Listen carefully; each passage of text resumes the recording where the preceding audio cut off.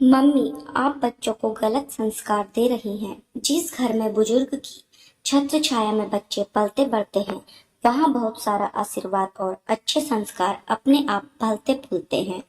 बच्चे कब बड़े हो जाते हैं पता ही नहीं चलता है। दूसरी तरफ बुजुर्गों को भी जीने का सहारा मिल जाता है, क्योंकि इस उम्र में किसी के पास इतना वक्त नहीं रहता कि उनके साथ समय बिताए। सभी अपनी अपनी दिनचर्या में व्यस्त होते हैं। बच्चे ही होते हैं जिनको कि दिन भर कोई चाहिए, उनके साथ खेले और उनकी मन मर्जियाँ करने के लिए। समझिए, एक दूसरे के पक्के साथी होते हैं। दादा दादी और पोते पोती, राधा जी और महेश जी का वक्त खूब अच्छी तरह से निकल रहा था बच्चों के साथ। उन्हें ना तो अपनी उम्र का एहसास रहता और ना ही बीमारी याद रहती। बच्चे भी बहुत घुल मिले थे। खाना पीना समाप्त करके बस पूरे दिन दादाजी और दादी जी के साथ खूब मस्ती चलती रहती थी।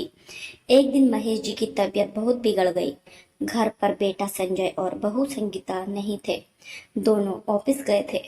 अचानक से महेश जी को चक्कर आ गया तो राधा जी ने अब बच्चों से कहा कि वो फ्रिज से कुछ जूस लेकर आए तो दादाजी को दे दे।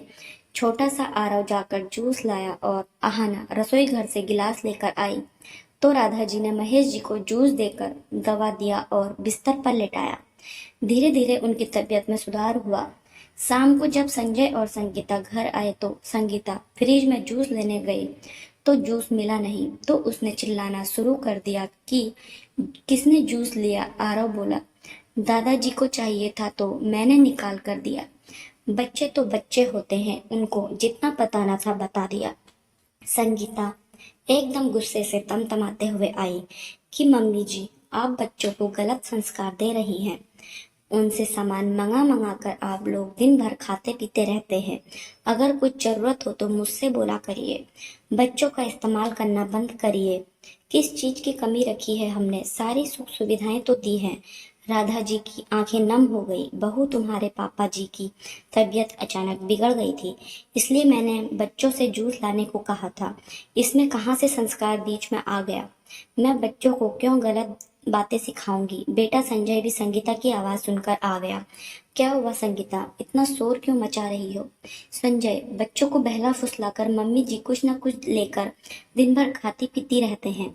बच्चों में भी चोरी की आदत लग जाएगी। इस तरह क्या बकवास कर रही हो तुम? संजय गुस्से से लाल होकर बोला। राधा जी ने सारी बात बताई कि दिन में क्या हुआ था।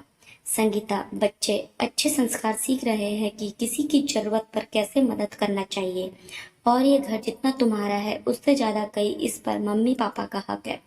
तुम तो सुबह से ऑफिस चली जाती हो तो मम्मी पापा ही बच्चों की सारी जिम्मेदारी उठाते हैं। और हाँ, बच्चे दादा दादी के साथ अच्छे संस्कार ही सीखते हैं। तुम कितना वक्त देती हो बच्चों को? संगीता की चाल उल्टी पड़ गई थी और शायद गलती का एहसास भी हो गया था कि उसको छोटी सी बात का बतंगड़ नहीं बनाना चाहिए था।